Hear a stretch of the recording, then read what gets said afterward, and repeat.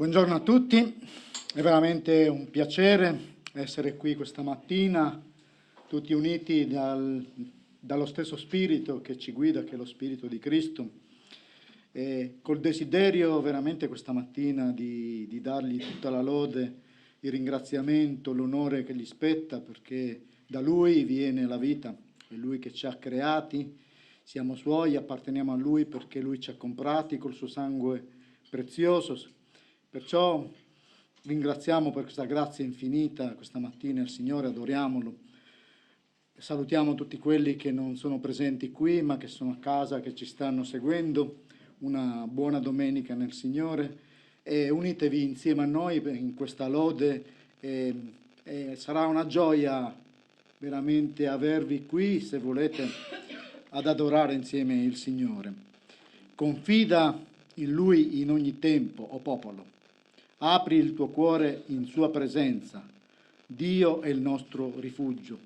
Con questo versetto do il benvenuto a tutti, è un versetto del Salmo numero 62, esattamente al versetto 8. Queste parole ci esortano a confidare sempre in Dio, ad aprirgli il cuore. Aprigli il cuore e Lui lo riempirà con il suo amore. Stai alla sua presenza e troverai pace, gioia, speranza, rifugio. Come dice questo canto, tu sei il rifugio mio. Cantiamolo insieme.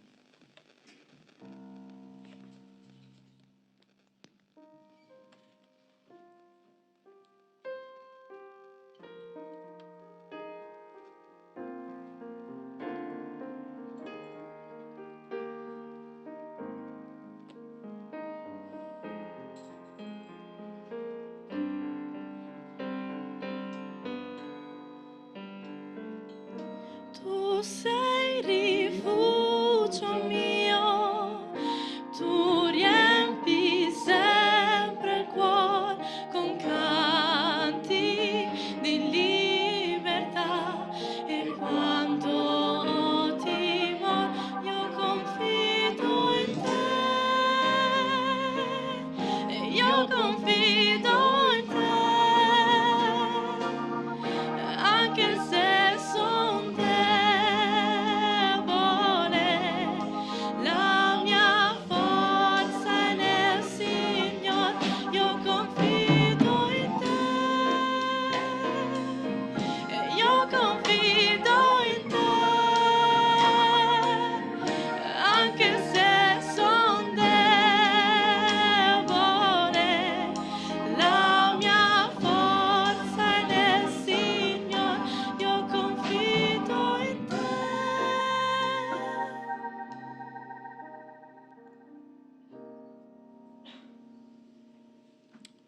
Signore, grazie con tutto il cuore perché in te possiamo confidare con piena fiducia, Signore, perché tu sei fedele. Grazie perché sei il nostro Dio, grazie perché siamo alla tua presenza, grazie al sacrificio, Signore, che il Signore Gesù ha fatto su quella croce. Ti benediciamo questa mattina, apriamo i nostri cuori e innalziamo a te le nostre lodi, Signore, grazie con tutto il cuore perché sei in mezzo a noi. Grazie perché tu sei colui che ha creato ogni cosa. Grazie perché tu sei colui che ci ha rigenerati in Cristo Gesù.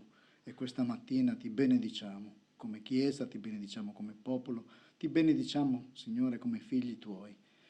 Guida tu questo tempo insieme, Signore, che possa essere gradita la lode delle nostre labbra a te e che possiamo offrirti una lode in spirito e verità. Grazie, nel nome di Gesù. Amen.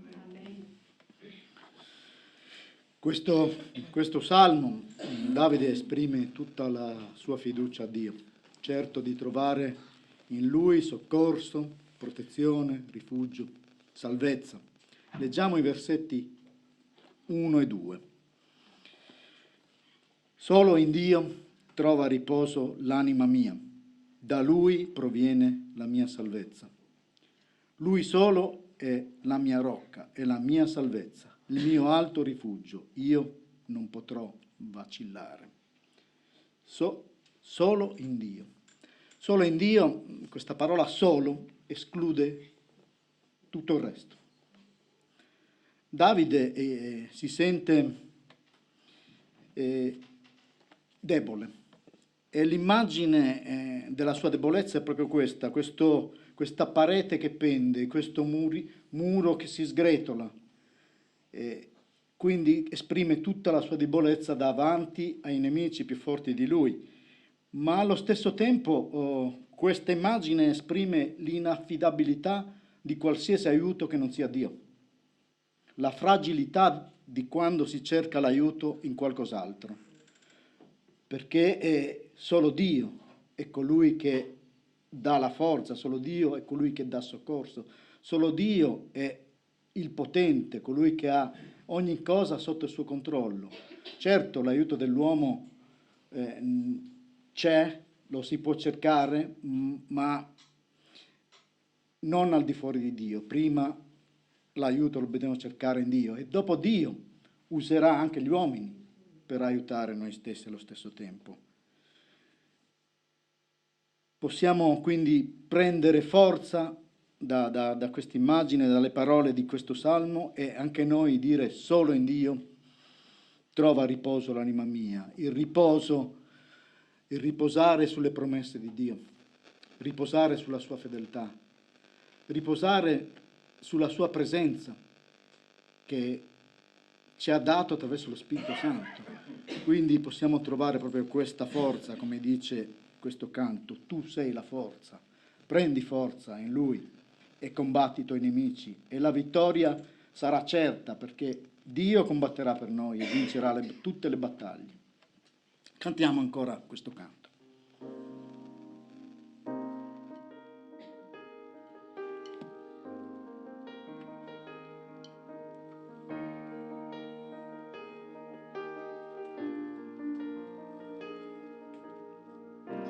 Proprio quando sono qui con te, tu vinci per me le mie battaglie.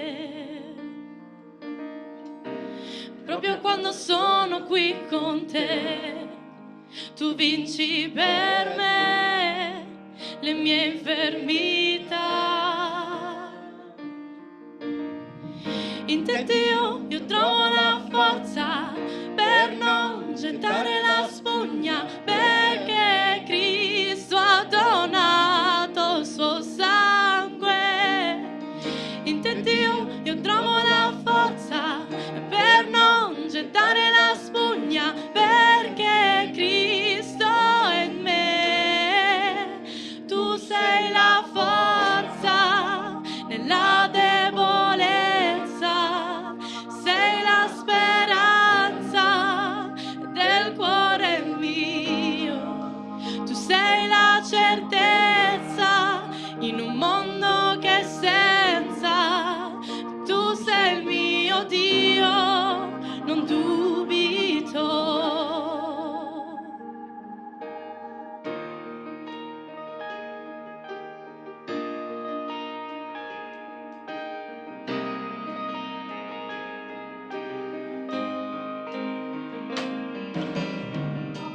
Proprio quando sono qui con te, tu vinci per me le mie battaglie. Proprio quando sono qui con te, tu vinci per me le mie infermità.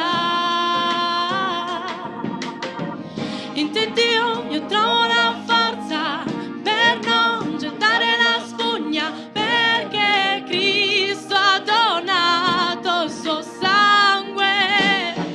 In te Dio io trovo la forza per non gettare la spugna, perché Cristo è in me. Tu sei la forza nella debolezza, sei la speranza del cuore mio. Tu sei la certezza in un mondo che è senza. Tu sei il mio Dio, non dubito.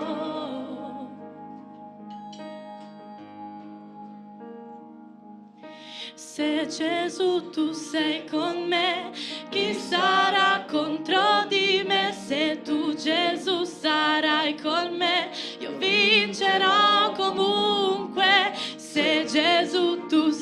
con me? Chi sarà contro di me? Se tu, Gesù, sarai con me, io vincerò comunque. E se Gesù tu sei con me, chi sarà contro di me? Se tu, Gesù, sarai con me, io vincerò comunque. Tu sei la forza nella debolezza, sei la speranza del cuore mio e del cuore mio. Tu sei la forza nella debolezza, sei la speranza del cuore mio. Tu sei la certezza in un mondo che senza. Tu sei il mio Dio, non dubito. E tu sei il mio Dio, non dubito.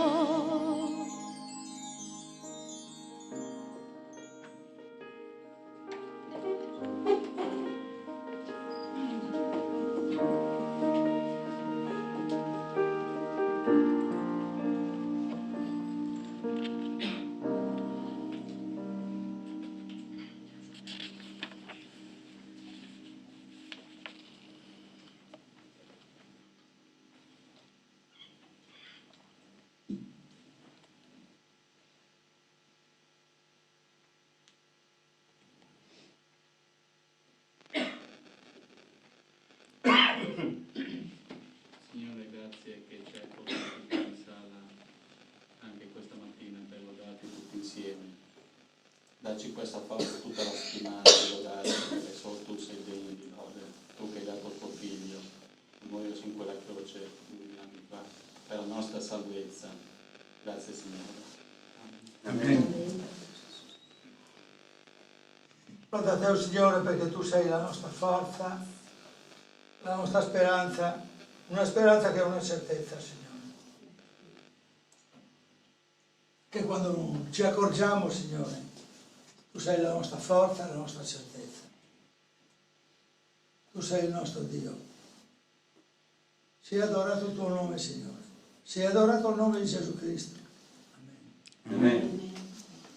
Grazie Padre perché anche stamattina ho portato gli occhi a te, al tuo campanile. Grazie Padre che ci hai fatto diventare figli tuoi con il più grande e enorme sacrificio, donando tuo figlio a morire sulla croce per noi. Quanta grazia, quanta benevolenza, quanto amore incommisurabile che hai per noi. Ti ha lodato il tuo santo nome. Grazie anche per la benedizione che dai a tutte le chiese, ai nostri ministri, a tutti i fratelli che sono anche nelle carceri perché hanno dato la tua parola. Purificali, santificali nel tuo santo nome e fortificali nella fede con la tua santa benedizione. Nel nome potente di Dio Santo Immacolato sia benedetto, santificato e glorificato nei secoli dei secoli. Amen. Amen. Mandate grida di gioia al Signore, abitanti di tutta la terra. Servite il Signore con le tinte, presentatevi gioiosi a Lui. Riconoscete che il Signore è Dio, è Lui che ci ha fatti e noi siamo Suoi. Siamo Suo popolo e gregge di cui Egli ha cura. Entrate nelle sue porte con ringraziamento, nei suoi cortili con lode. Celebratelo, benedite il suo nome, poiché il Signore è buono, la sua bontà dura in eterno, la sua fedeltà per ogni generazione. Sì, Signore, questa mattina abbiamo il privilegio di venire alla tua presenza, di entrare nelle tue porte, per lodarti, per adorarti, Signore, perché tu sei il nostro Dio, Signore. Tu sei colui che ci ha aperto la porta, Signore. Grazie a quel sacrificio possiamo venire alla tua presenza. Signore, noi vogliamo venire con gioia davanti a te per lodarti e per adorarti, Signore, anche nonostante le difficoltà, nonostante i problemi che abbiamo qui su questa terra, Signore, noi vogliamo guardare a te. Signore, grazie perché se tu sei con noi, nessun altro può essere contro di noi. Signore, grazie per ogni cosa. Ti lodiamo e ti adoriamo nel nome di Gesù. Amen. Amen. Signore, lode e gloria a te, Signore. Grazie per la giornata di oggi, Signore. Grazie perché possiamo essere qui riuniti, Signore, alla tua presenza, al tuo cospetto. Signore, vogliamo ringraziarti per come è andato il 2 giugno. Grazie, Signore, perché abbiamo potuto conoscere tante persone. Signore, speriamo che tante di quelle persone un giorno, Signore, possano venire in chiesa e fidare il proprio cuore a Gesù Cristo, nostro Signore, come personale Salvatore. Salva delle nuove anime, Signore, in Friuli. Salva le persone che abbiamo conosciuto, Signore. Rendi la nostra comunità una comunità dove può portare il messaggio in tutta la regione, in tutta la città. Grazie per questi eventi, è stato anche bello stare insieme con i fratelli e le sorelle. Grazie per tutto quello che abbiamo fatto. Grazie per il cibo che c'era su quella tavola. Grazie per la forza che hai dato ad ognuno di noi, ad ogni ministro. Signore, grazie di tutto. Grazie, grazie, grazie, Signore. Signore, il canto diceva che non dobbiamo dubitare. Signore, insegnami a non dubitare durante le prove. Signore, insegnami a tenere la fede sempre ferma e stabile, con l'occhio rivolto verso Gesù Cristo, il nostro Signore, che ci ha liberato da ogni cosa, da ogni infermità, da ogni peccato. Alleluia. Amen.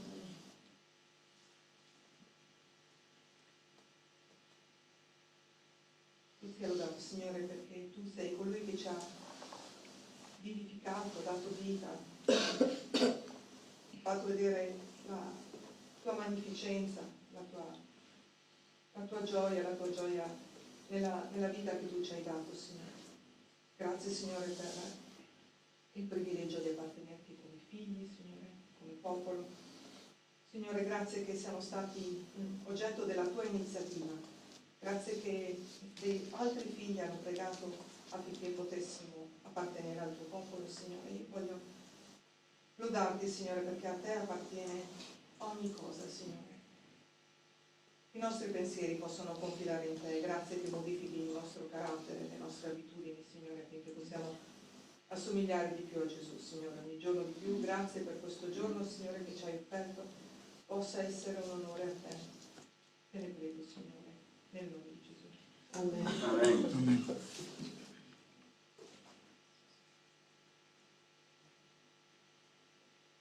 Grazie, Signore, perché anche oggi siamo alla tua presenza. Ti ringraziamo, Signore, per le tue benedizioni, per le tue promesse, per la tua grazia, Signore, per la tua potenza, per il tuo amore. Grazie, Signore, per chi tu sei, Signore, per quello che siamo noi attraverso te, Signore. Ti preghiamo affinché tu possa usarci sempre come strumento nelle tue mani per essere di benedizione al prossimo, Signore. Che tu possa usarci come strumento per dare la tua santa parola, Signore. Ti ringraziamo e ti chiediamo benedizioni anche per il culto di oggi e ti ringraziamo perché siamo insieme con i fratelli e le sorelle, Signore, in comunione fraterna per lodare te, Signore. Ti ringraziamo per tutto quello che sei, per tutto quello che fai per le nostre vite, Signore. Ti ringraziamo e ti lodiamo nel nome potente di Gesù. Amen. Amen.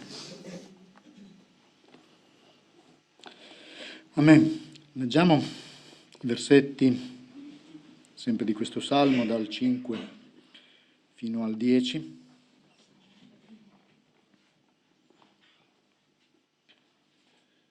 Anima mia, trova riposo in Dio solo, poiché da Lui proviene la mia speranza. Egli solo è la mia rocca e la mia salvezza. Egli è il mio rifugio. Io non potrò vacillare. Dio è la mia salvezza e la mia gloria, la mia forte rocca, il mio rifugio, sono in Dio. Confida in Lui in ogni tempo, o popolo. Apri il tuo cuore in sua presenza. Dio è il nostro rifugio. Gli uomini del volgo non sono che vanità, e i nobili non sono che menzogna. Messi sulla bilancia vanno su tutti insieme, sono più leggeri della vanità.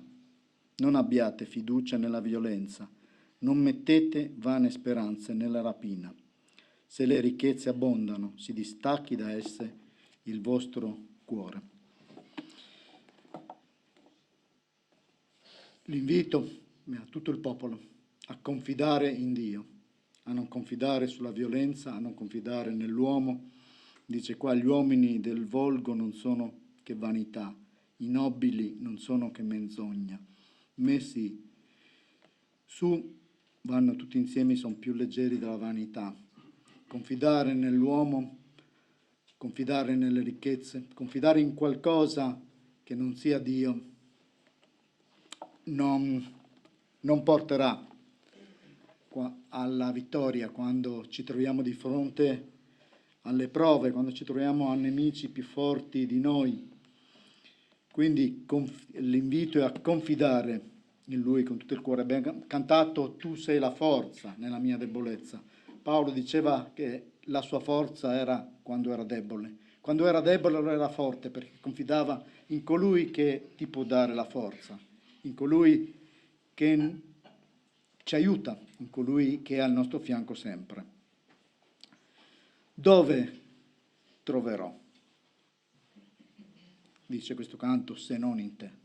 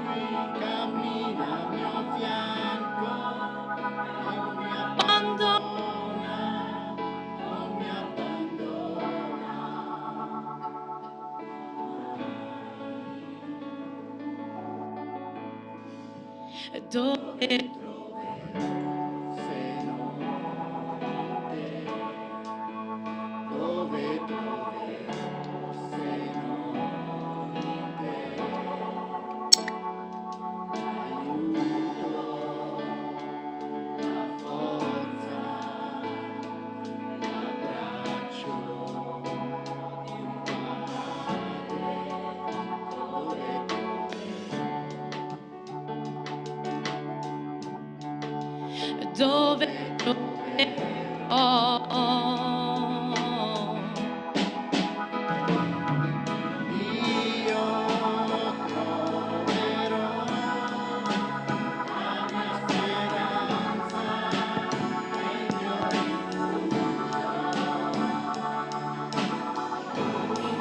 cammina al mio fianco e non mi abbandona,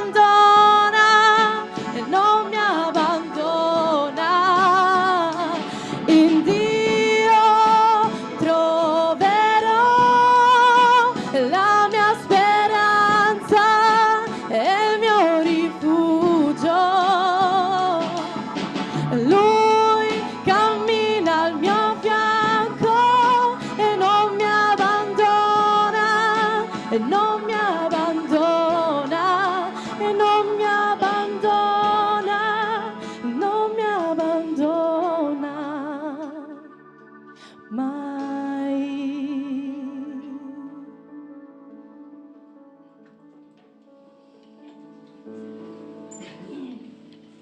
dove troverò? Solo in Dio trova riposo l'anima mia, da Lui proviene la mia salvezza. Dice Davide, la risposta è proprio qui. In Dio troverai la pace, la gioia, l'aiuto, l'abbraccio di un padre, diceva questo canto. Lui cammina sempre al nostro fianco e non ci abbandona. Io sarò con voi fino alla fine, ha detto Gesù. E ci ha lasciato, detto, io vado a preparare un luogo. Quando l'avrò preparato tornerò e vi accoglierò presso di me. E con questa promessa, con questa speranza, con questa certezza, perché le parole di Gesù sono vere, tutte le parole che Gesù ha detto si sono avverate, tranne quelle che dovranno ancora avverarsi. Tutto quello che hanno detto i profeti su di Lui si sono avverate. E perciò possiamo confidare pienamente in Dio e anche noi dire: solo in Dio trova riposo l'anima mia, da Lui proviene la mia salvezza. Tempo ora a voi, se avete qualche testimonianza, qualcosa che possa incoraggiare, cosa il Signore ha fatto nella vostra vita, nelle nostre vite, la settimana scorsa, durante tutta la vostra vita, qualcosa che possa edificare, qualcosa che possa incoraggiarci a confidare sempre di più nell'aiuto del Padre che abbiamo. Prego.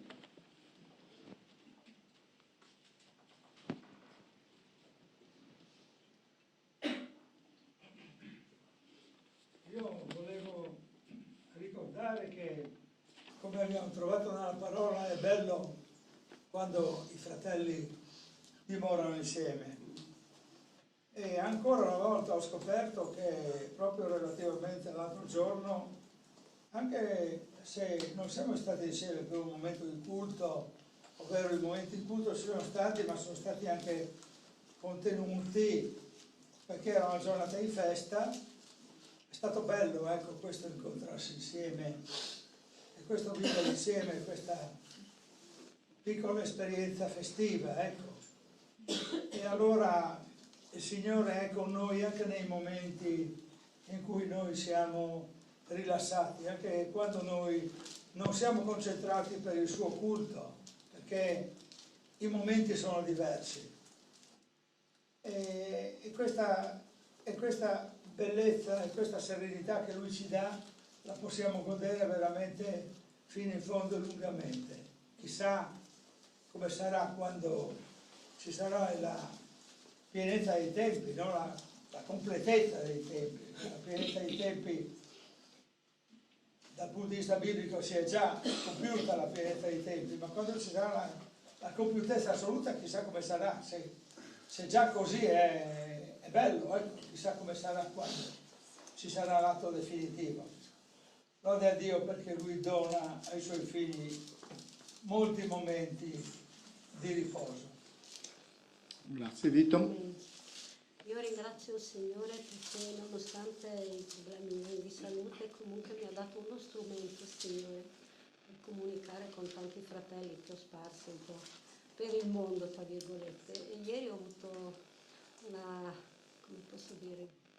grande grazia da parte di una sorella che è fuori anche lei, e ha detto avevo proprio bisogno di questo versetto, ho sentito questa spinta e mi fa capire perché alla fine io non so come servire il Signore, cosa fare fisicamente, se posso aiutare la Chiesa, cioè gli ho fatto 1000 domande, però riesco a capire anche questo, che anche alle persone che sto evangelizzando sempre con la parola per aiutarle anche a capire quanto grande è il suo amore, mi fa capire che questo è uno dei progetti che il Signore ha per me e sono anche contenta. Accetto qualsiasi cosa che Lui mi consigli e sono grata di questo. Nel nome di Gesù. Grazie. Sì, anch'io voglio lodare il Signore per proprio il 2 giugno. Il 2 giugno mi ricorda 32 anni fa che ho dato la mia vita al Signore, cioè Lui che ha preso la mia mano perché io non lo cercavo. Voglio lodarlo anche perché questo 2 giugno è sempre una festa, perché quest'anno l'abbiamo festeggiato dopo tanto tempo a casa di Vito e Giuliana. E mi è rimasto nel cuore il figlio di José.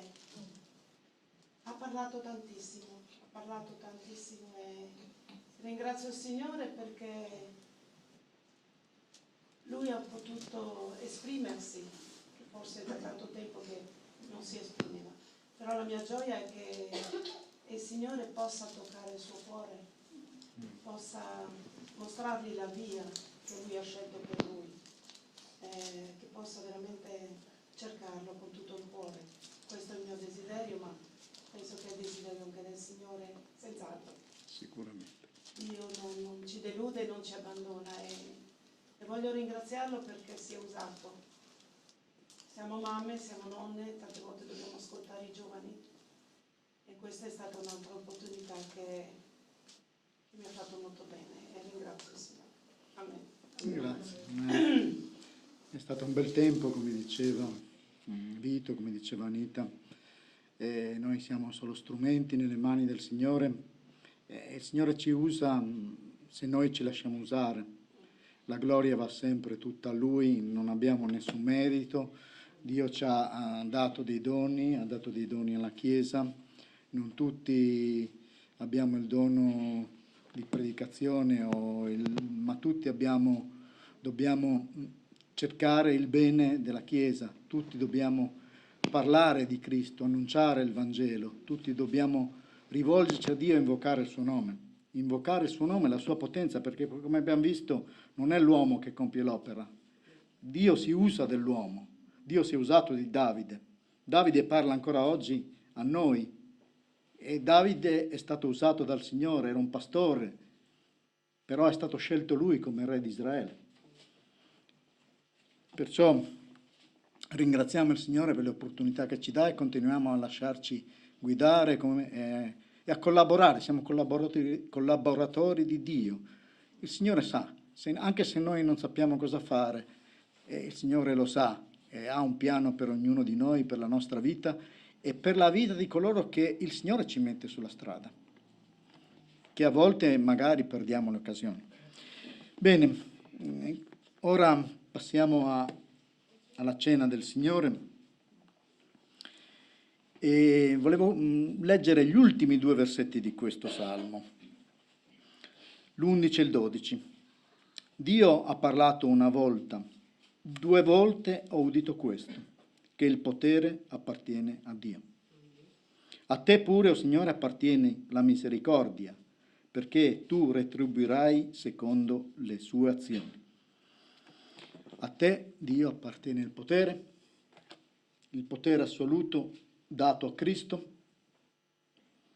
Cristo ha sconfitto la morte, Cristo è risorto, non è rimasto in quella tomba e con la sua resurrezione ha dato la vita a coloro che credono nel suo nome. Noi che abbiamo creduto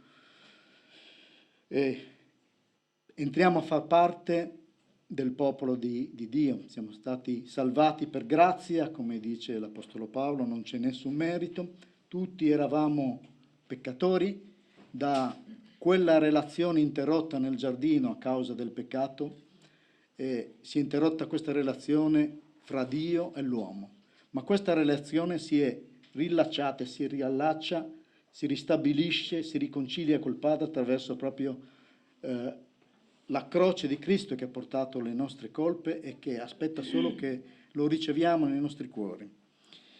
E vorrei leggere la misericordia di Dio manifestata proprio in questo atto. Volevo leggere Romani dal capitolo 3, dai versetti 21 al 24. Ora, però, dice Paolo, indipendentemente dalla legge, è stata manifestata la giustizia di Dio, della quale danno testimonianza la legge e i profeti. Vale a dire la giustizia di Dio mediante la fede in Gesù Cristo, per tutti coloro che credono. Infatti non c'è distinzione. Tutti hanno peccato e sono privi della gloria di Dio, ma sono giustificati gratuitamente per la sua grazia, mediante la redenzione che è in Cristo Gesù.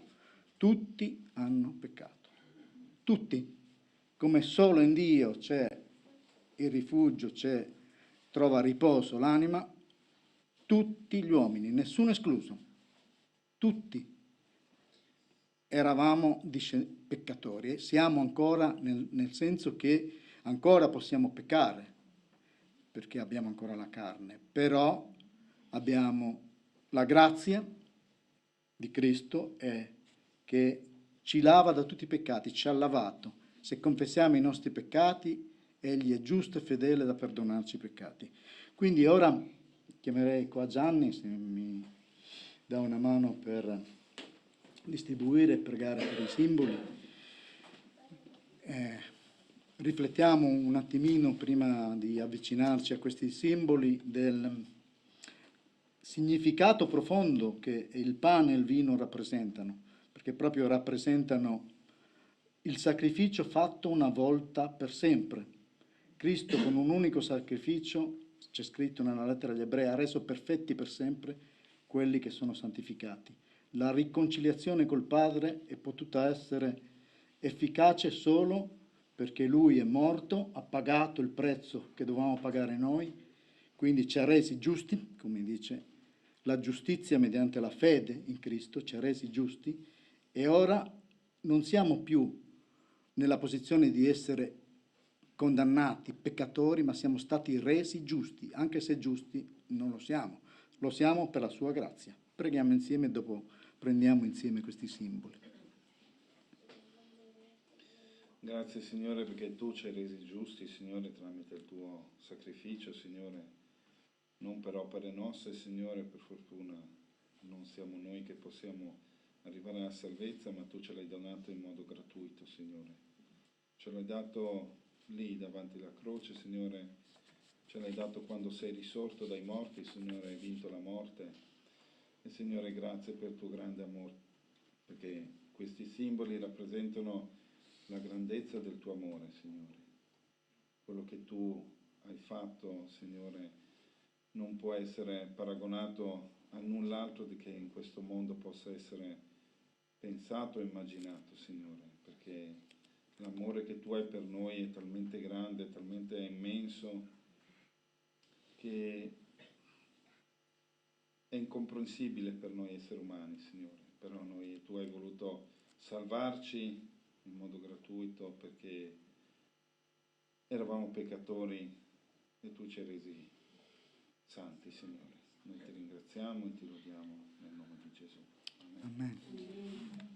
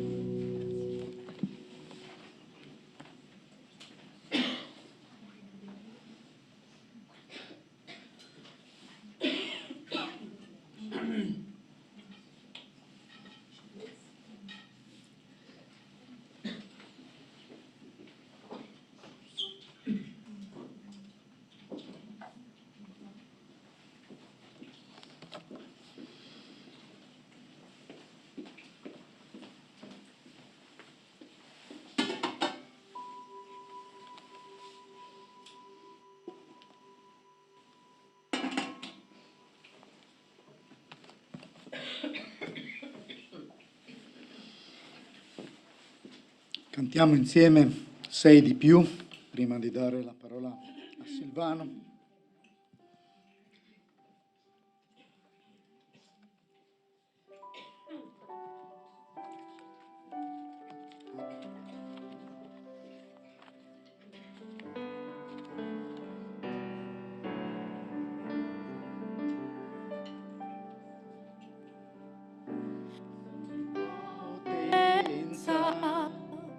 Sopra unire più di ogni cosa creata intorno a me, su ogni saggezza e vie che l'uomo ha. Tu eri qui già nell'eternità, sopra ogni regno e autorità e meraviglie che solo il mondo sa, e più dell'oro che in terra so che c'è, nulla può valere più di te.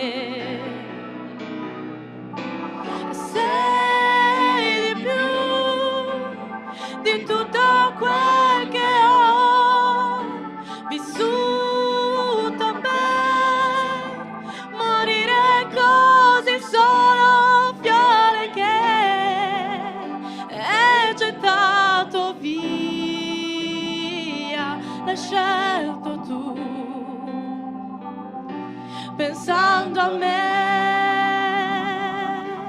solo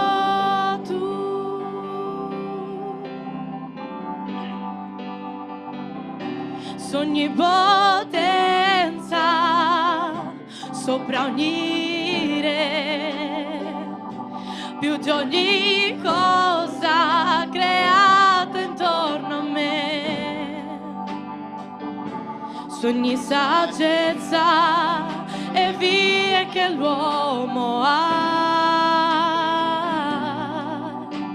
Tu eri qui già nell'eternità, sopra ogni regno e autorità e meraviglie che solo il mondo sa, e più dell'oro che in terra so che c'è, nulla può valere più di te.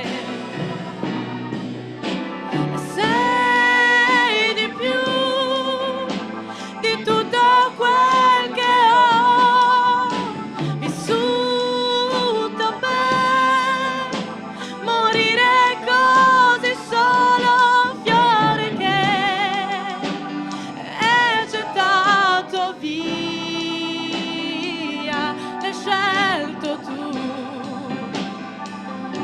pensando a me,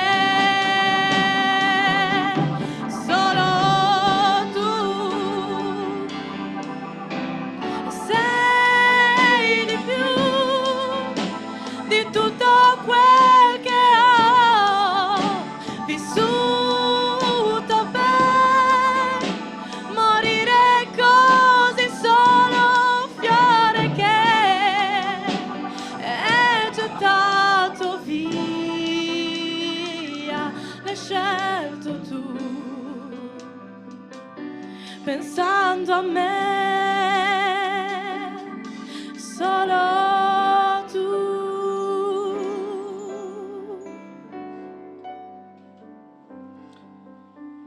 Grazie Signore perché hai scelto tu di andare su quella croce per me, per noi, per tutti coloro che credono in te.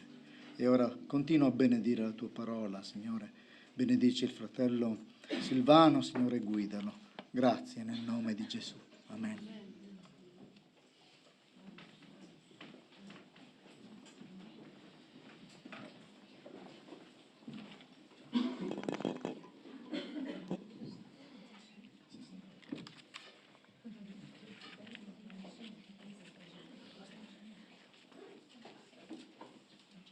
Aspettiamo che i nostri ragazzi vanno alla scuola domenicale. Buongiorno a tutti intanto.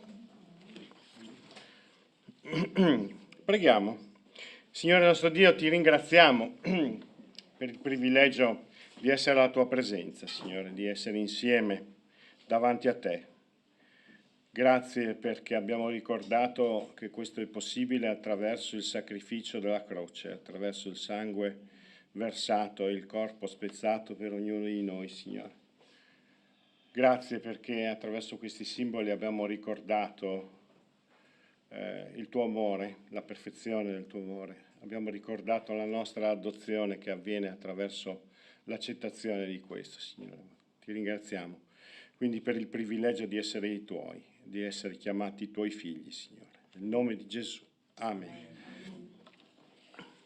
Siamo al capitolo 21 del Vangelo di Luca.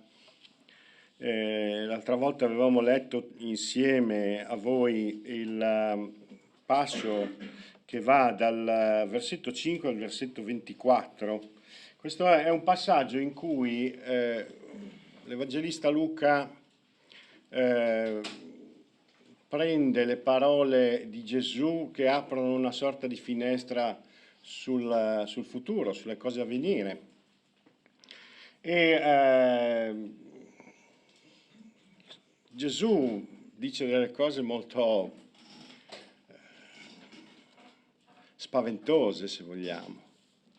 E questo è quello che in pratica lui annuncia essere il futuro di coloro che lo stanno ascoltando. Gesù è sul Getsemani, sull'orto degli ulivi, e guardando la magnificenza del Tempio che si vede da lì e tutta Gerusalemme, coglie l'occasione per parlare di questo futuro, dimostrando che tutta questa magnificenza ha una sua finitudine, qualche cosa che sarebbe destinato a finire. Ci sarebbero state delle cose molto, molto gravi, molto brutte, molto spaventose che avrebbero atteso il futuro di questi discepoli.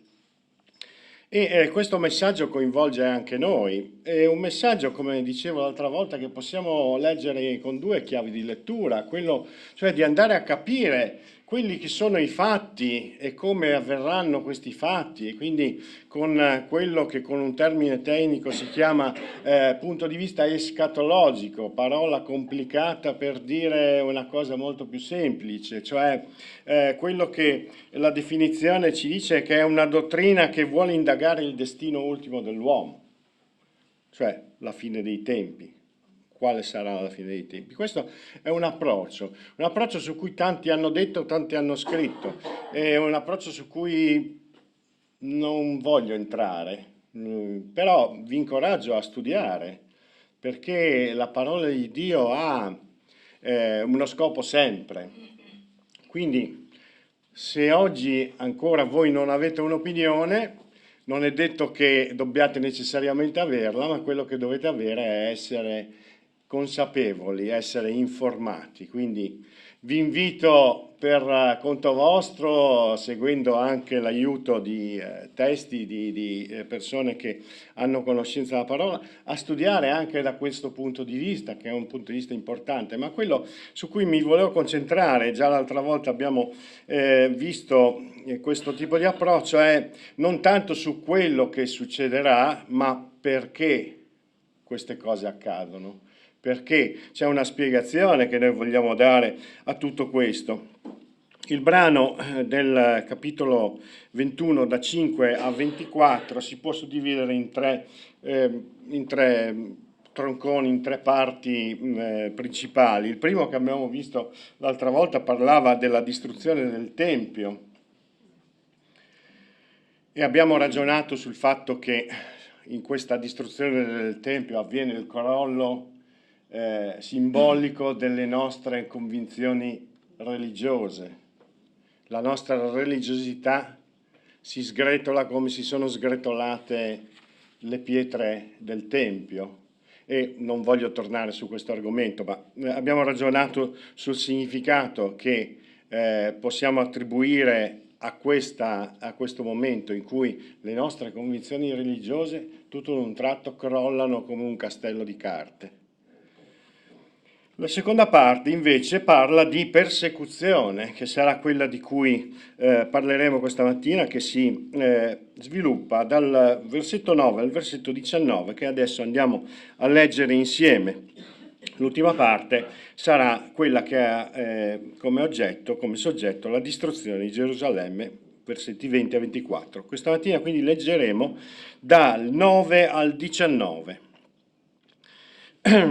Quando poi sentirete parlare di guerre e di tumulti, non vi spaventate, perché queste cose devono prima avvenire, ma non verrà subito la fine. Forse quello che leggerò non sarà esattamente aderente al testo, ma è una questione di traduzioni e di versioni, ma il senso è assolutamente lo stesso. Versetto 10. Allora disse loro: si solleverà nazione contro nazione e regno contro regno, e vi saranno grandi terremoti, carestie e pestilenze in vari luoghi, e vi saranno anche dei fenomeni spaventevoli e grandi segni dal cielo.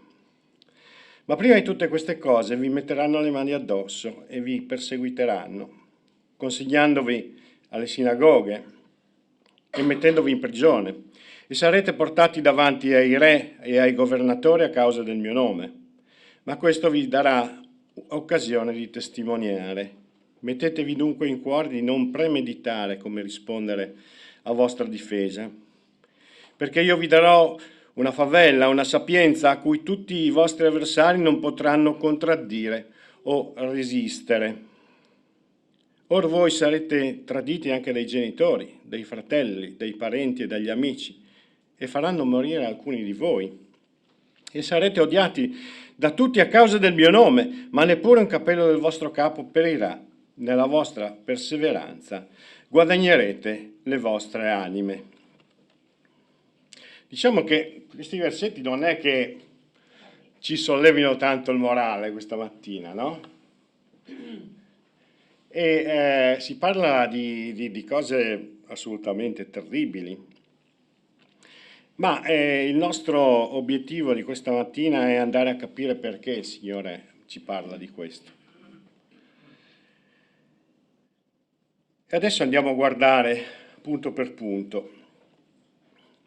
Il primo punto che ho sulle mie note, sui miei appunti, ha come titolo "Non vi spaventate".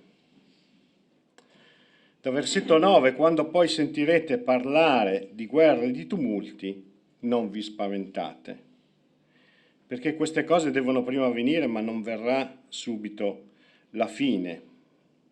Dice poi: allora disse loro: si solleverà nazione contro nazione, regno contro regno, vi saranno grandi terremoti, carestie e pestilenze in vari luoghi, e vi saranno anche dei fenomeni spaventevoli e grandi segni del cielo. Questo è quello che il Signore predice. Per coloro che si interessano di storia, abbiamo qui anche un esperto della materia, possiamo dire questo, che nei 20 secoli che succedono questi fatti, di cose del genere ne abbiamo viste parecchie.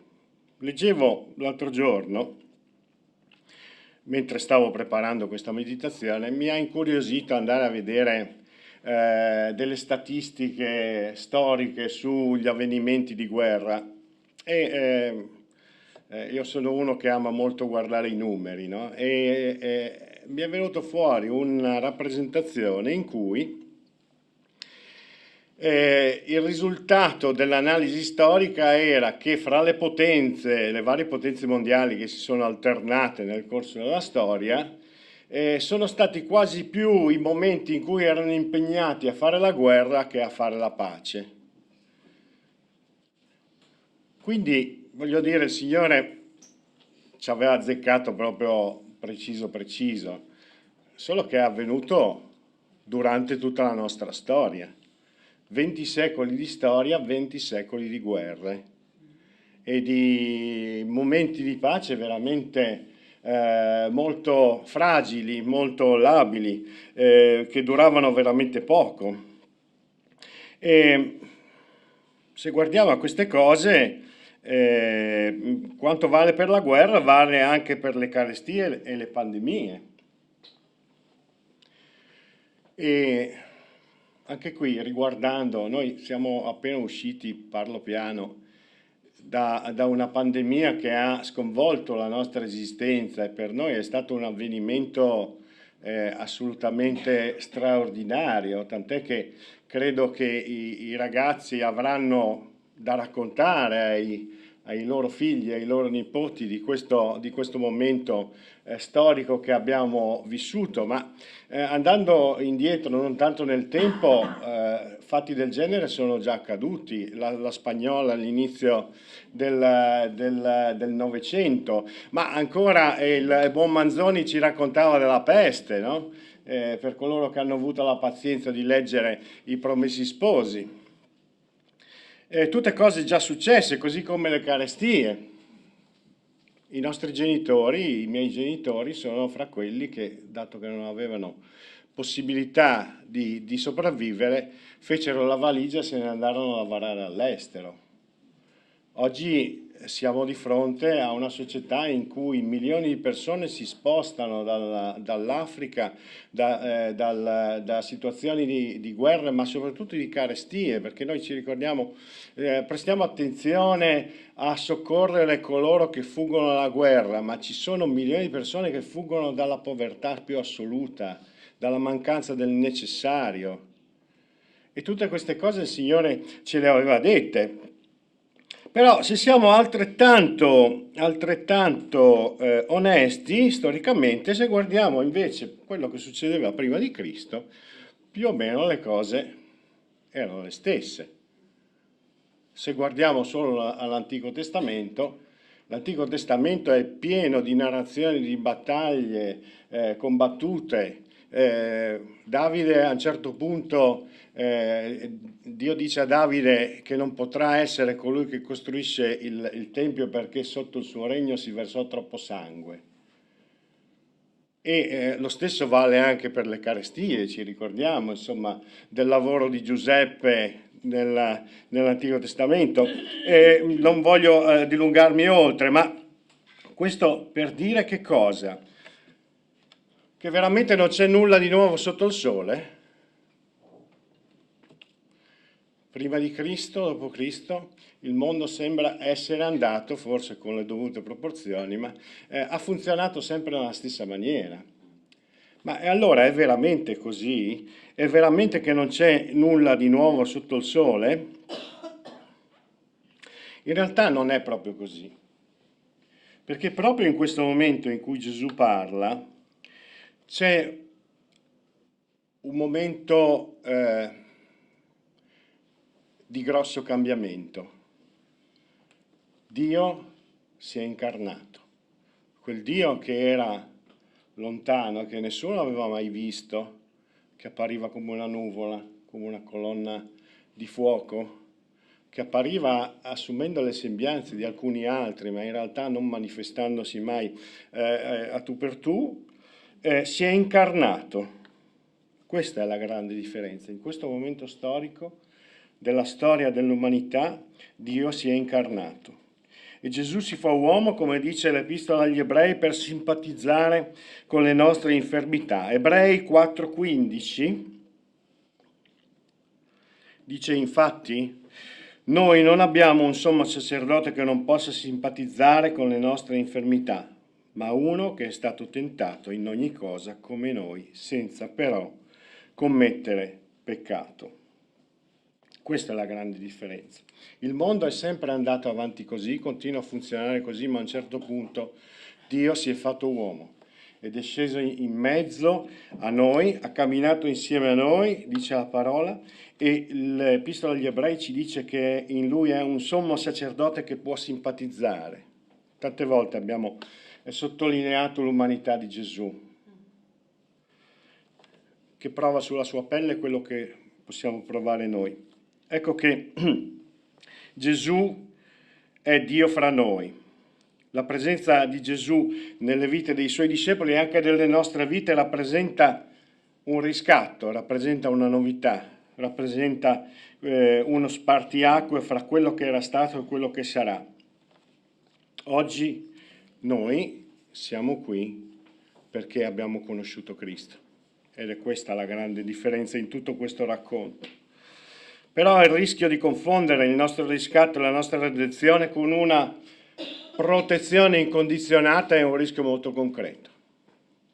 Ecco perché Gesù butta davanti agli occhi di questi discepoli, fa sentire alle orecchie di questi discepoli queste cose terribili. Sta dicendo in buona sostanza che quello che voi avete visto fino a ieri, quindi le guerre, le malattie, la povertà e tutte queste cose, non sono destinate a sparire. Forse nei discepoli c'era un'aspettativa diversa, un'aspettativa che poi porterà a una grande delusione, una delusione che diventerà anche tradimento, ne parleremo poi di questa cosa. Il rischio quindi che potevano correre i discepoli è di pensare che una volta che avevano conosciuto il Dio vivente, una volta che avevano conosciuto il Messia, tutto sarebbe stato diverso. E per certi versi questo è vero, ma è diverso sotto un altro punto di vista. Gesù quindi vuole rendere consapevoli questi discepoli e anche noi che abbiamo la sua salvezza nonostante quello che ci sta intorno.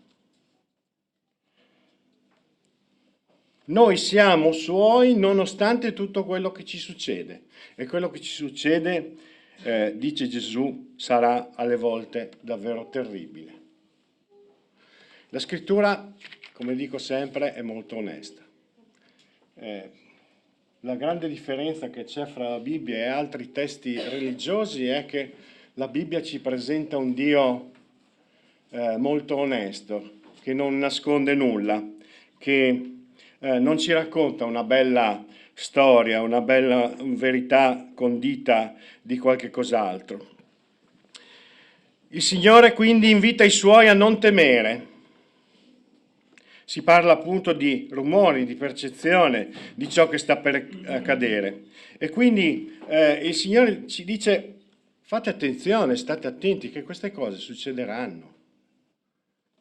Non vi prometto che non succedano. Non sta scritto da nessuna parte che da ora in poi tutto cambierà, secondo il vostro pensiero, perché in realtà tutto è cambiato. Il Signore quindi avvisa i discepoli del tempo, ma avvisa anche noi che nella fede in Gesù non viene esclusa l'esposizione a quella che è la cruda realtà della vita, che è fatta anche di cose terribili. È fatta di tutte queste cose terribili. Il Signore vuole che noi siamo molto consapevoli di questo, ma ce lo dice prima affinché ognuno di noi possa essere pronto ad affrontare questo.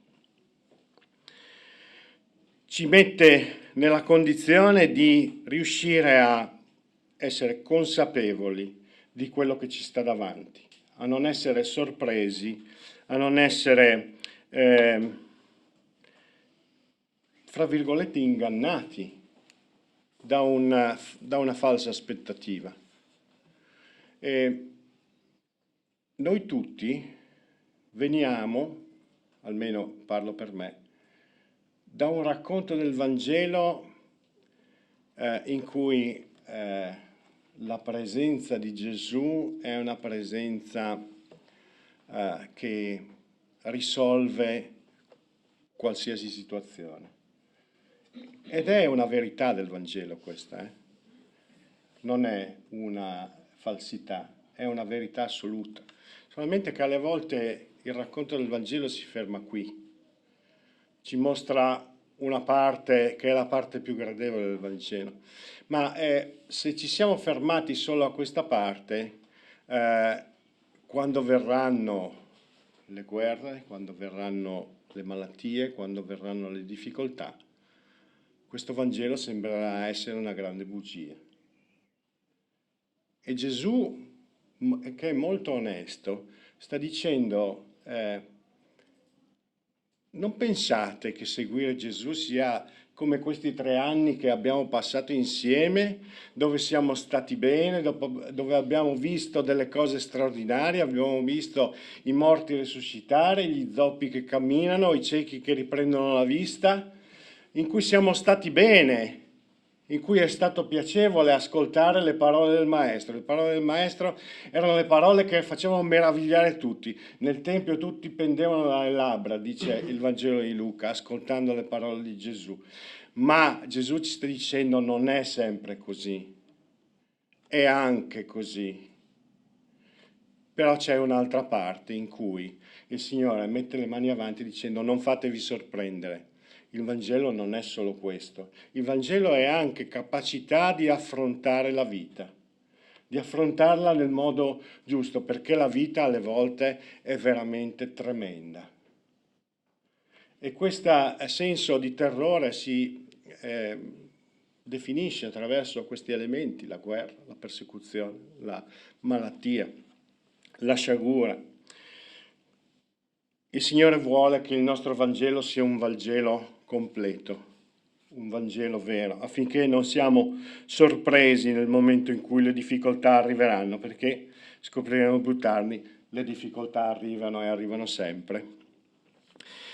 Secondo punto, qui ho scritto essere veri, versetto 12, ma prima di tutte queste cose vi metteranno le mani addosso e vi perseguiteranno, consegnandovi alle sinagoghe e mettendovi in prigione. Sarete portati davanti ai re e ai governatori a causa del mio nome.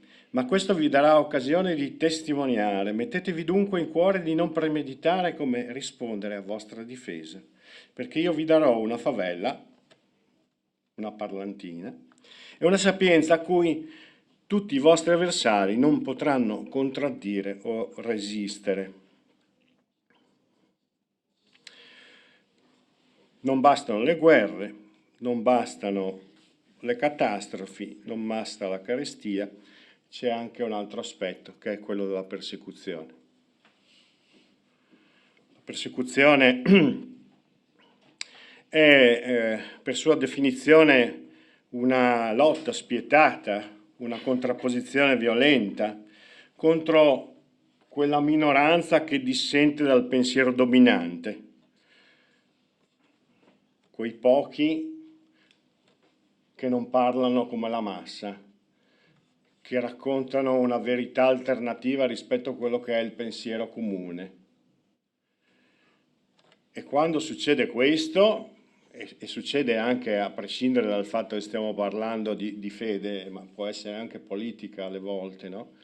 Avviene una repressione, perché questa minoranza che non si allinea al pensiero comune è una minoranza fastidiosa, perché svolge un lavoro molto semplice, quello di essere coscienza, di essere provocazione, di essere spunto per riflettere oltre quello che è un pensiero comune appiattito su una posizione di una maggioranza. L'esperienza umana quindi è anche questo, è anche quella della persecuzione, perché il Signore Gesù nello specifico mette sull'avviso i suoi discepoli che sarebbero stati oggetto, avrebbero subito una persecuzione a causa sua. Gesù è uno controcorrente, lo è sempre stato. Non si è mai allineato a quello che era lo standard dell'epoca, ma è sempre stato controcorrente, era quello che si sedeva con i peccatori, con i pubblicani, proprio i peggiori che c'erano in circolazione erano tutti con lui. Se non è essere controcorrente questo, che cos'è? E coloro che seguivano Gesù e che avevano ascoltato il suo messaggio sono per definizione, dico sono perché dobbiamo essere così, per definizione gente che va controcorrente. Una minoranza, perché dobbiamo essere molto consapevoli che siamo una minoranza che è una voce fuori dal coro. E per definizione chi è fuori dal coro, chi parla in un linguaggio diverso, è oggetto della persecuzione. Il Signore vuole che siamo consapevoli che il messaggio di Cristo è un messaggio scomodo e che molto spesso sarà avversato. E se abbiamo pazienza di leggere il libro degli Atti, tutte queste cose succedono puntualmente. La persecuzione. Uno finisce lapidato, qualcuno finisce in galera. Questi fatti di cui Luca parla li racconta poi nel libro degli Atti e racconta quello che è successo veramente. Quindi queste parole di Gesù sono più che mai profetiche e quindi tutto questo si realizza, ma dirò anche un'altra cosa, non è che si realizza solo nel libro degli Atti, si realizza anche oggi. Perché in giro per il mondo questa avversione, questa persecuzione c'è. Noi abbiamo il privilegio di avere l'opera di Porte Aperte che si occupa di mettere in evidenza questo.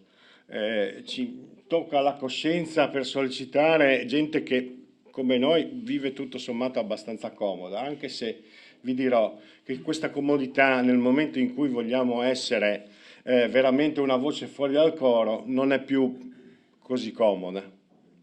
Perdonatemi il gioco di parole. Noi tutt'al più possiamo essere derisi, però cominciate a dire qualche cosa di forte in pubblico e vedete un po' come funziona. C'è chi invece è in carcere oggi, 2023, Corea del Nord,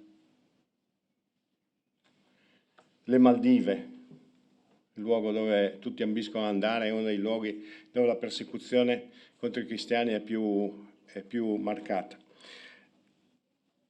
Andate sul sito di Porte Aperte per verificare queste cose e avere una percezione di quello, di quanto attuale sia questa parola, queste parole di Gesù siano attuali. Ti dice però Gesù che è una grande occasione, perché quando ti chiamano a rendere conto di quello che hai fatto, tu rendi conto di quello che hai fatto. E quindi anche se non vogliono ti devono ascoltare, se non altro per darsi l'opportunità di condannarti, se vogliamo. No? Quindi Gesù dice, attenzione, ci saranno queste persecuzioni, ma diventeranno anche una grande opportunità per testimoniare. Queste cose le troviamo sempre nel libro degli Atti, e le troviamo anche ancora su Porte Aperte, laddove la persecuzione è sempre abbinata a un risveglio per la Chiesa. C'è una condizione sola però che il Signore pone perché questa testimonianza possa essere efficace, quella di essere veri, di essere noi stessi. Dice, mettetevi dunque in cuore di non premeditare come rispondere a vostra difesa.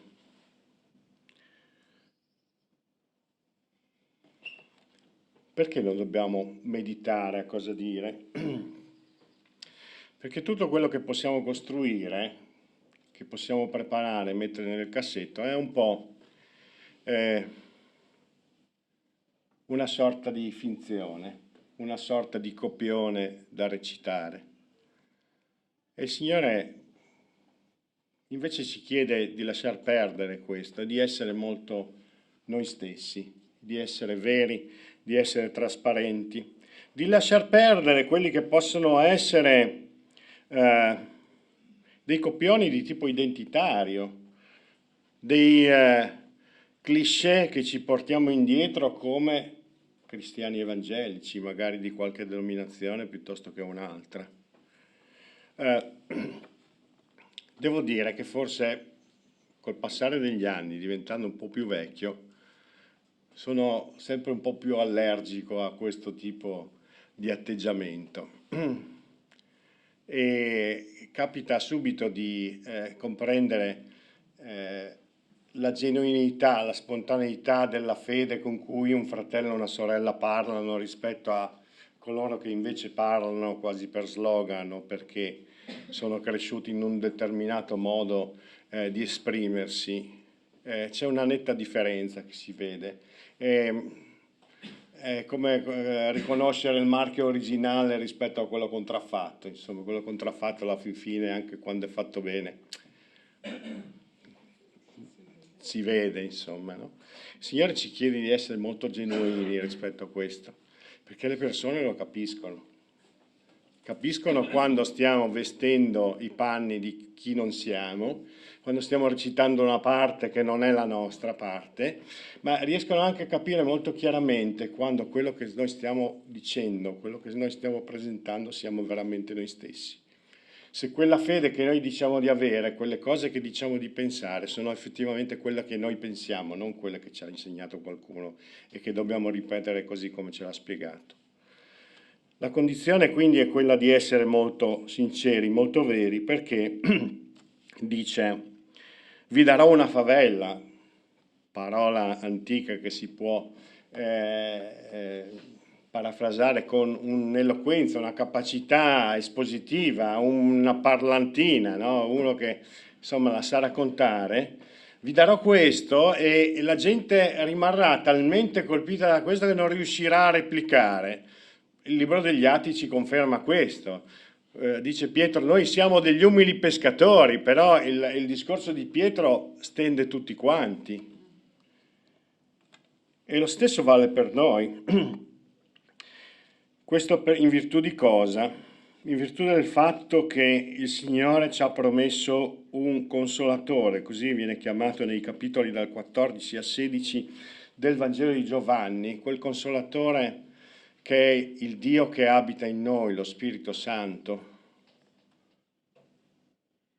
In altre parole, Gesù ci sta dicendo: quando sarete chiamati a rendere conto della vostra fede, delle vostre convinzioni, lasciate lavorare lo Spirito Santo, siate voi stessi, date spazio a quel Dio che è in noi, perché Cristo ci ha lasciato ma ci ha dato un consolatore, lo Spirito Santo che abita in noi. Dio abita in noi e noi dobbiamo permettere a questo Dio di lavorare. Lo possiamo permettere solamente facendogli manifestare quello che noi siamo, senza filtri e senza finzioni.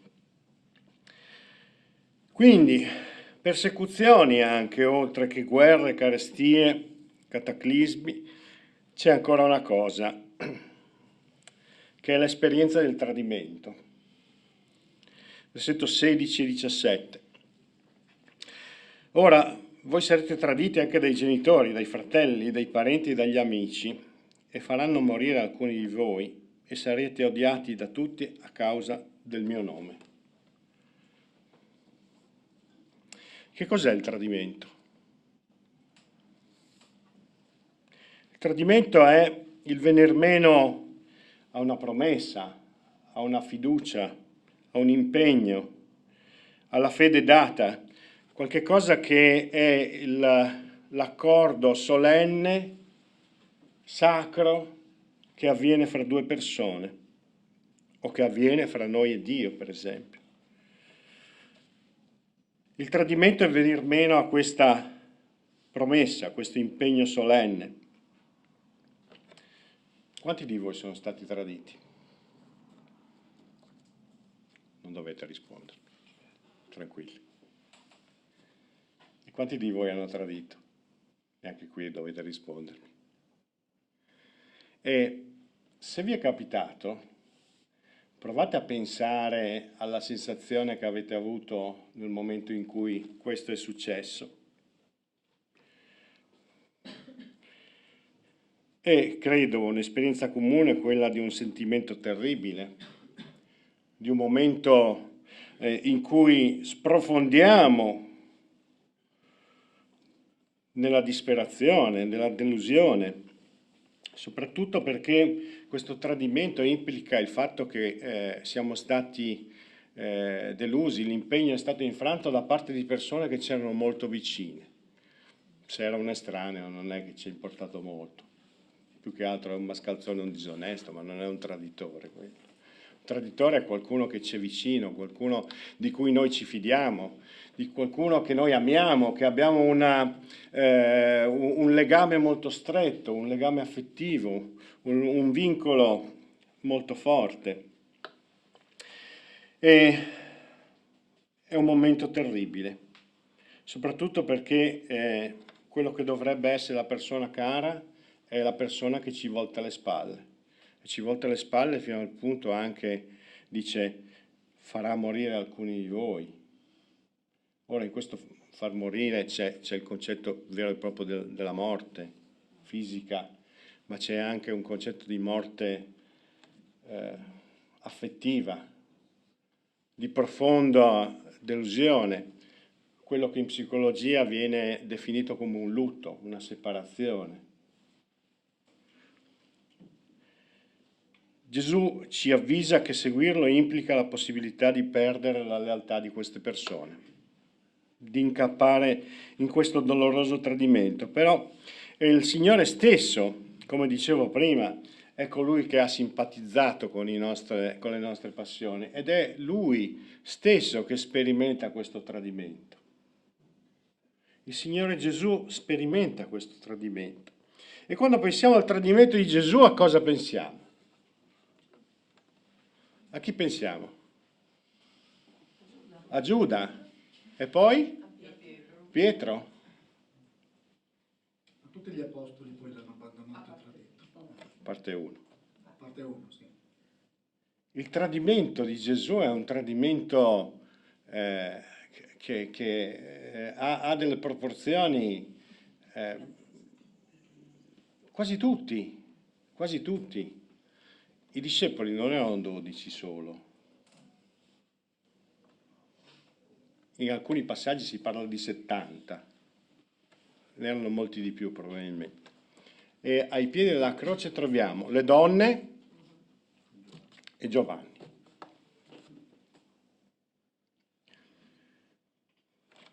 Il sentimento del tradimento, quindi Gesù lo conosce molto bene.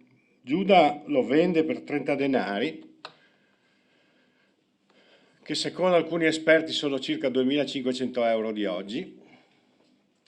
Secondo altri potrebbero essere 90 euro, che era il controvalore nell'Antico Testamento di uno schiavo, perché uno schiavo veniva venduto per 30 pezzi d'argento.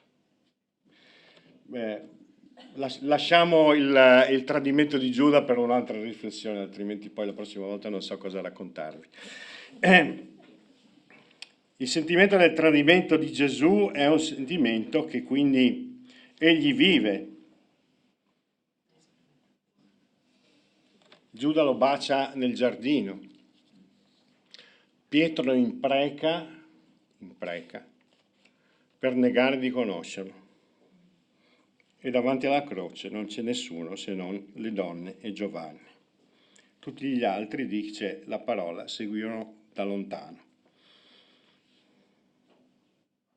Il Signore quindi sa simpatizzare con le nostre passioni anche da questo punto di vista. E ci capiterà, dice il Signore, dice Gesù. E quando ci capiterà abbiamo la consolazione di sapere che Gesù, il Dio incarnato, ha sentito le stesse cose che abbiamo sentito noi, che stiamo provando noi di fronte a questo tradimento. Sarete tutti odiati a causa del mio nome e sarete traditi anche dai genitori, dai fratelli, dai parenti e dagli amici. Anche questa è una realtà che oggi si vive.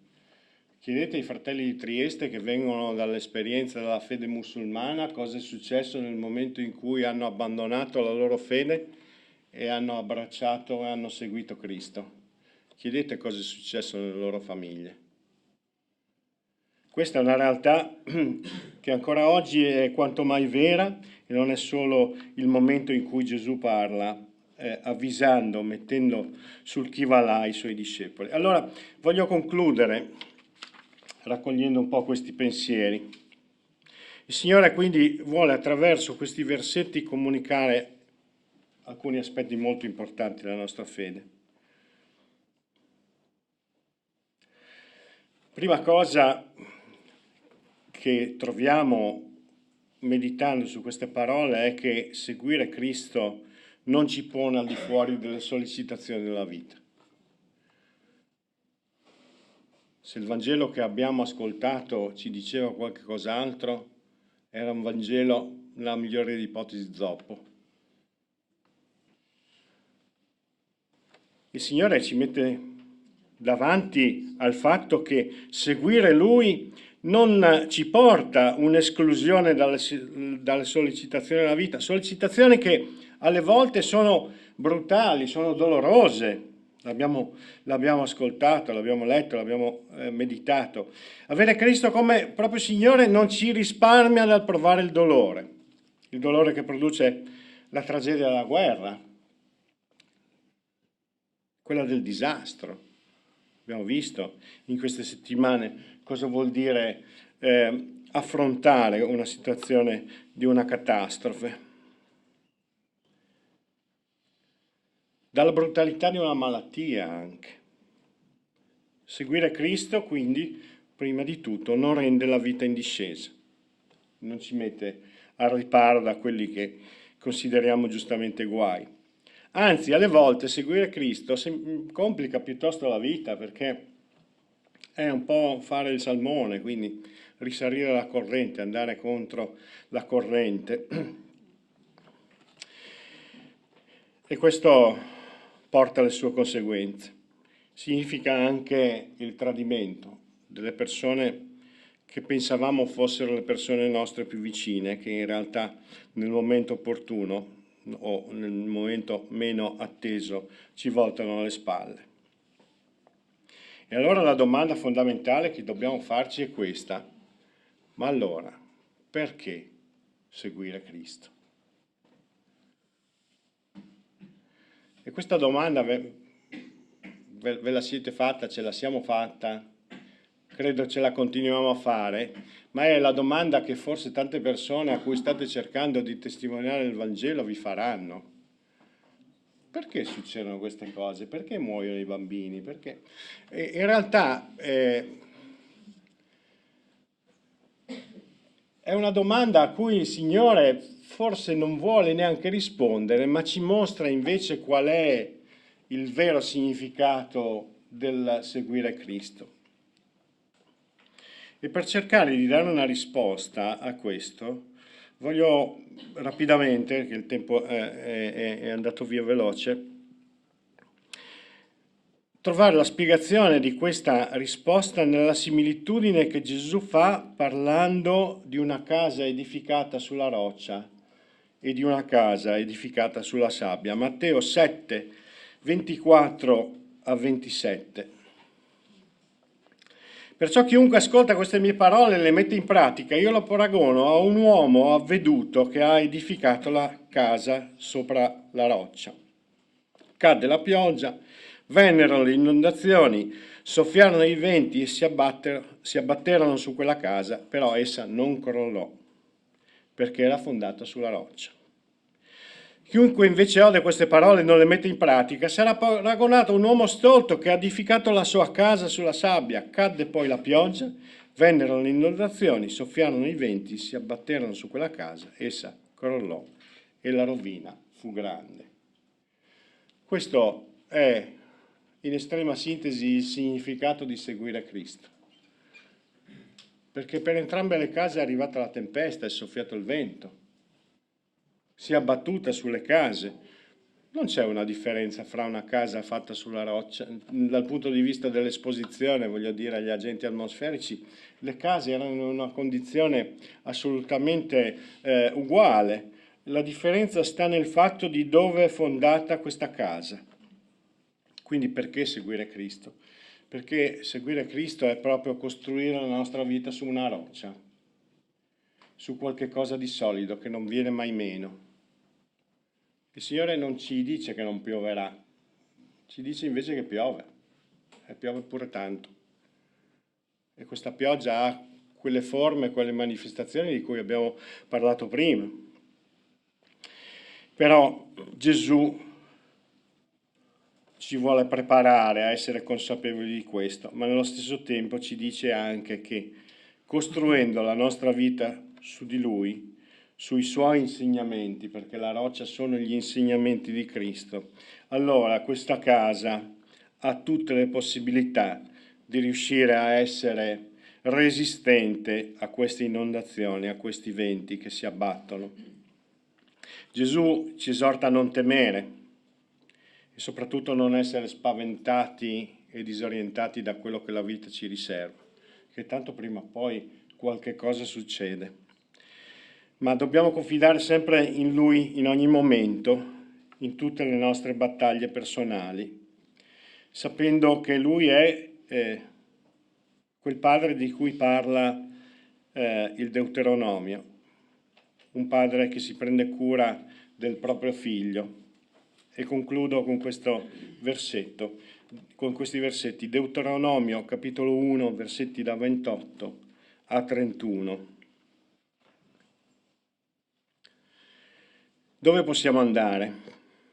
I nostri fratelli ci hanno fatto struggere il cuore dicendo: è un popolo più grande e più alto di noi. Le città sono grandi e fortificate fino al cielo, e vi abbiamo perfino visto i figli di Anaki. Allora io vi dissi: non spaventatevi e non abbiate paura. L'Eterno, il vostro Dio, che va davanti a voi, combatterà egli stesso per voi, come ha fatto sotto i vostri occhi in Egitto e nel deserto, dove hai visto come l'Eterno, il tuo Dio, ti ha portato come un uomo porta il proprio figlio per tutto il cammino che avete percorso finché siete arrivati a questo luogo.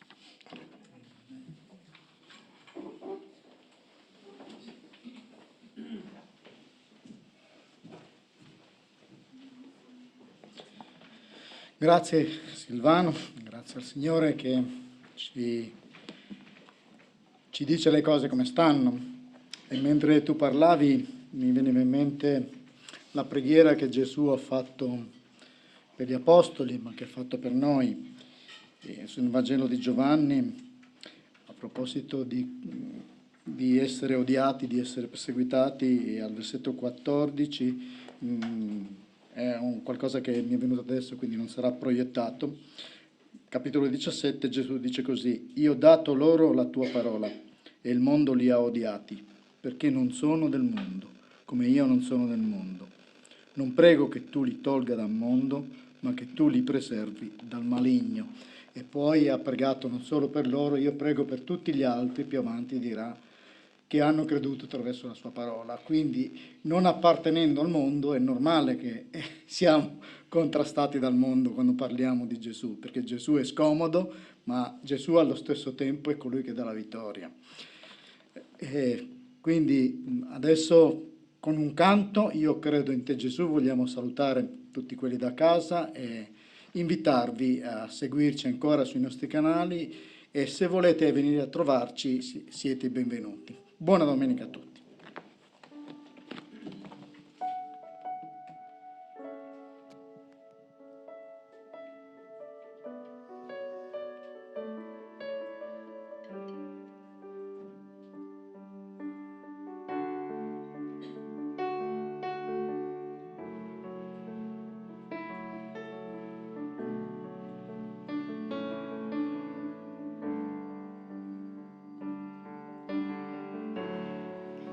A te mio Dio affido me stesso con ciò che sono per te, Signore.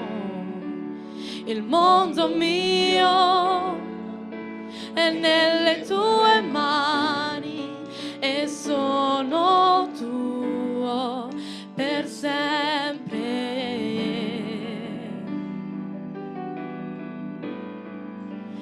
Io credo in te, Gesù, appartengo a te,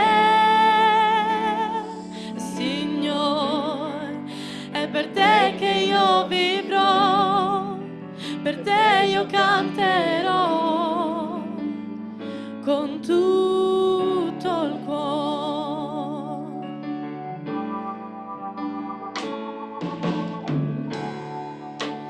Seguirò ovunque tu andrai, con lacrime e gioia ho fede in te.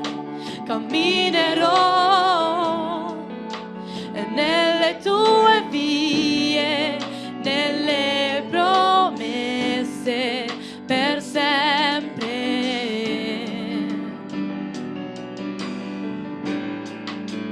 Io credo in te, Gesù, appartengo a te,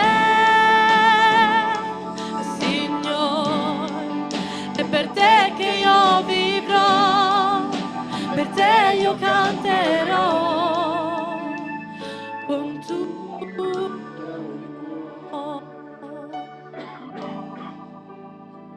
Io ti adoro,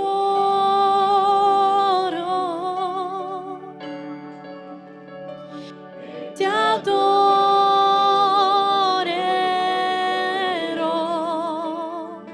io ti adoro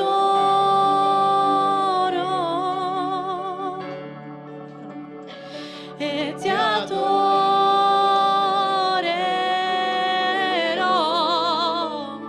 io ti adoro.